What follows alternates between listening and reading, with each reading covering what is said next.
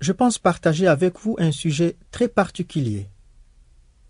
Je l'intitule « Sans moi, vous ne pouvez rien faire ».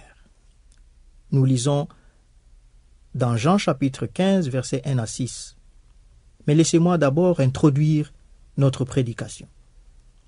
Dans son discours d'adieu, commencé au chapitre 14 de l'évangile de Jean, Jésus encourage ses disciples à ne pas redouter son départ.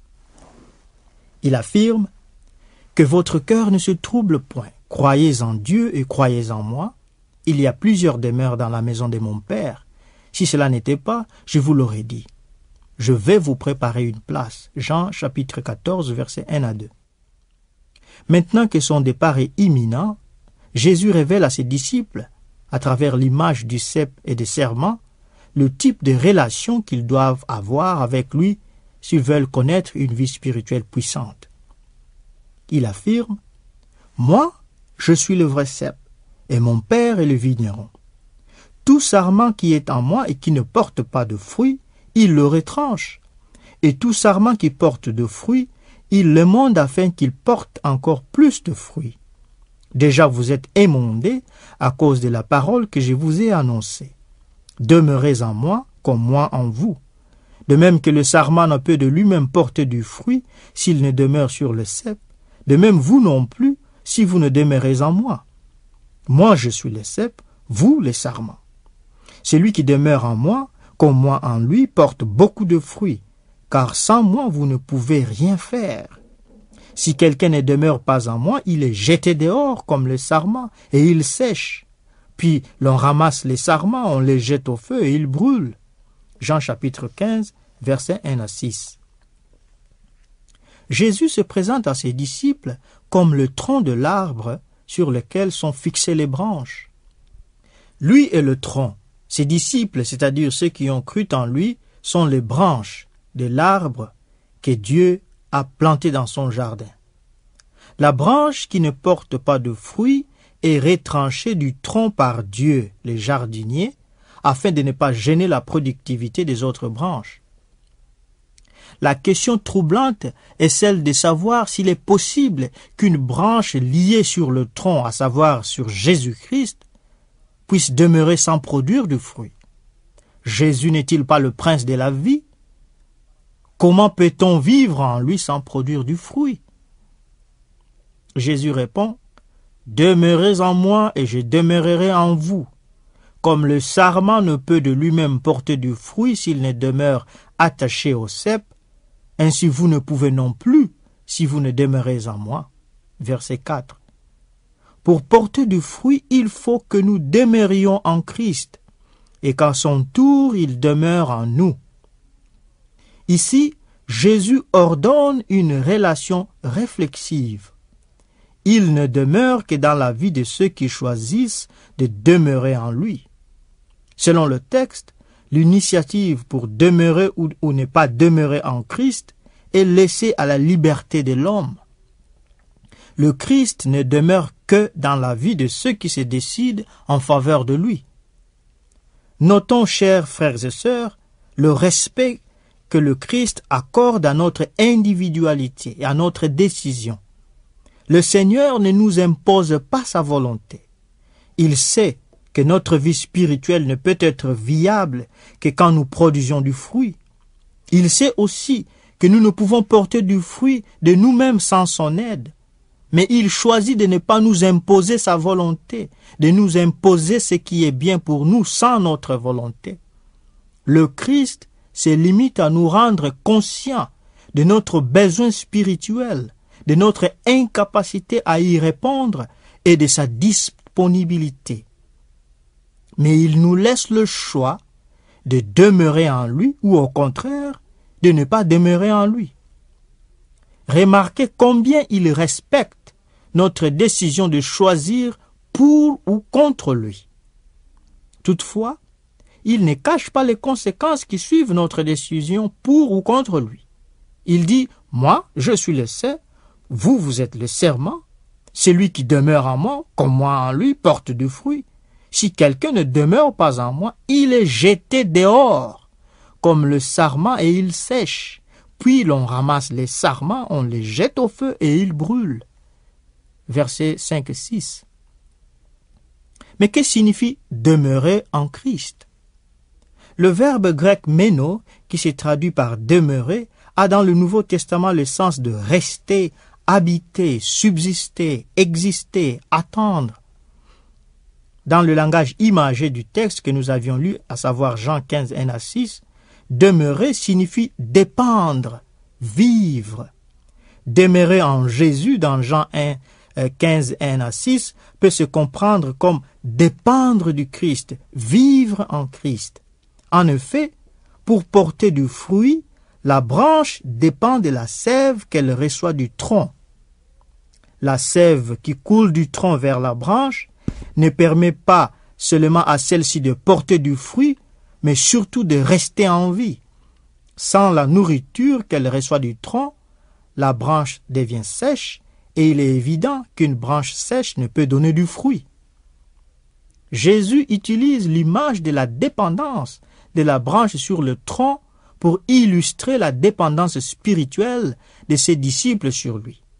Car sans moi, vous ne pouvez rien faire. Oui, Jésus oblige ses disciples à porter du fruit, à en emporter davantage. Mais aussi, il insiste qu'ils ne peuvent en porter sans lui. En d'autres termes, Jésus oblige ses disciples à devenir des parasites spirituels. Nous savons qu'un parasite, par définition, est un être qui vit aux dépens d'un autre être, c'est-à-dire un être qui puise les substances pour sa survie de l'organisme d'un autre être dans lequel il habite. En d'autres termes, le parasite ne peut exister de lui-même en dehors de l'existence de l'être dans lequel il tire sa subsistance. Jésus fait savoir à ses disciples que sans lui, ils ne peuvent rien faire.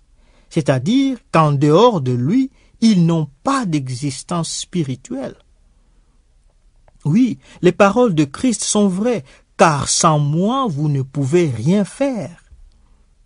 La conversion à Christ, la vie chrétienne, la recherche de la spiritualité sont impossibles sans la totale dépendance du chrétien sur le Christ. Jésus ramène toutes les dimensions de la vie de ses disciples sur sa personne, car sans moi, vous ne pouvez rien faire, signifie que sans le Christ, sans son action, personne ne peut se convertir. Sans le Christ, personne ne peut vivre une vie spirituelle puissante. Sans le Christ, personne ne peut obéir aux exigences de Dieu. L'apôtre Paul a bien compris la dépendance du croyant sur le Christ. Il écrit « Ce n'est pas à dire que nous soyons par nous-mêmes capables de concevoir quelque chose comme venant de nous-mêmes. Notre capacité, au contraire, vient de Dieu. » 2 Corinthiens chapitre 3, verset 5. Aux Philippiens, il écrit « Car c'est Dieu qui produit en vous le vouloir et le faire selon son bon plaisir. » Philippiens chapitre 2, verset 13. Et plus loin, il écrit « Je puis tout par celui qui me fortifie. » Philippiens chapitre 4, verset 13.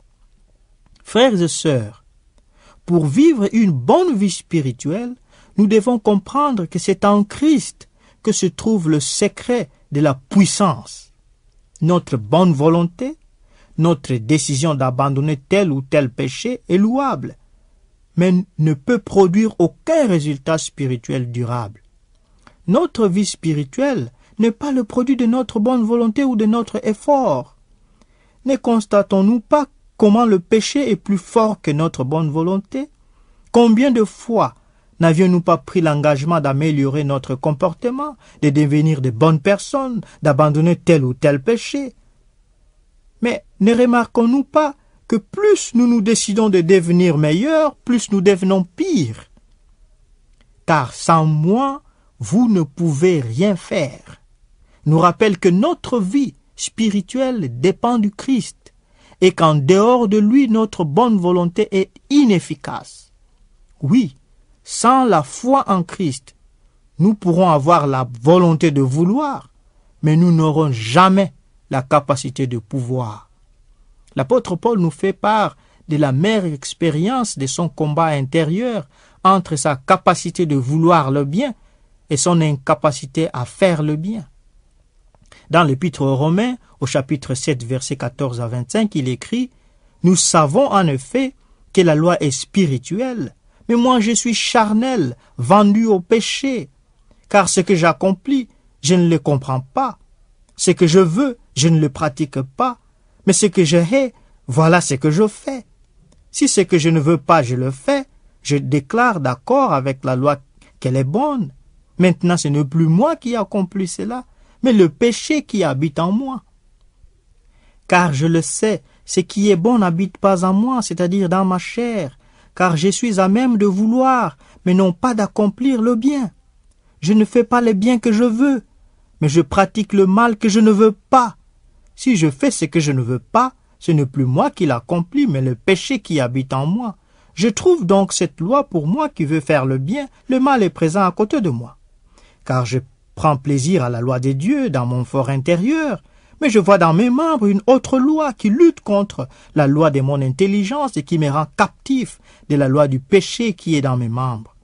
Malheureux que je suis, qui me délivrera de ce corps de mort? Grâce soit rendue à Dieu par Jésus-Christ, notre Seigneur. Ce jour, le Seigneur nous appelle à centrer notre vie spirituelle sur sa personne. Il nous appelle à dépendre de lui, non seulement spirituellement, mais aussi socialement et moralement. Le Seigneur veut que tout notre être lui soit soumis, afin qu'il soit celui qui produit en nous le vouloir et le pouvoir selon son bon plaisir. Il est temps pour que nous lui fassions connaître nos échecs, nos habitudes coupables, nos péchés que nous avions confessés bien de fois, mais qui continuent à revenir. Soyons sincères, faisons connaître au Seigneur les péchés que nous haïssons, mais qui reviennent malgré nos efforts et notre bonne volonté. Mais soyons encore sincères, faisons-lui aussi connaître les péchés que nous faisons semblant de confesser, mais que nous ne sommes pas prêts à abandonner parce que nous les aimons. Oui, soyons sincères avec nous-mêmes et soyons sincères avec le Seigneur. Avouons-lui notre faiblesse et il nous viendra en aide. Comme l'a dit saint Augustin, Dieu donne ce qu'il ordonne. Aujourd'hui, le Seigneur qui nous ordonne de porter du fruit afin d'éviter d'être coupés du jardin de Dieu nous donne le moyen spirituel pour devenir spirituellement fertiles. Il nous rappelle que sans lui, nous ne pouvons rien faire. Il nous appelle à abandonner tous nos efforts, à nous abandonner nous-mêmes entre ses mains, afin que lui seul prenne soin de nous et produise en nous le vouloir et le faire selon son bon plaisir. Car sans moi, vous ne pouvez rien faire.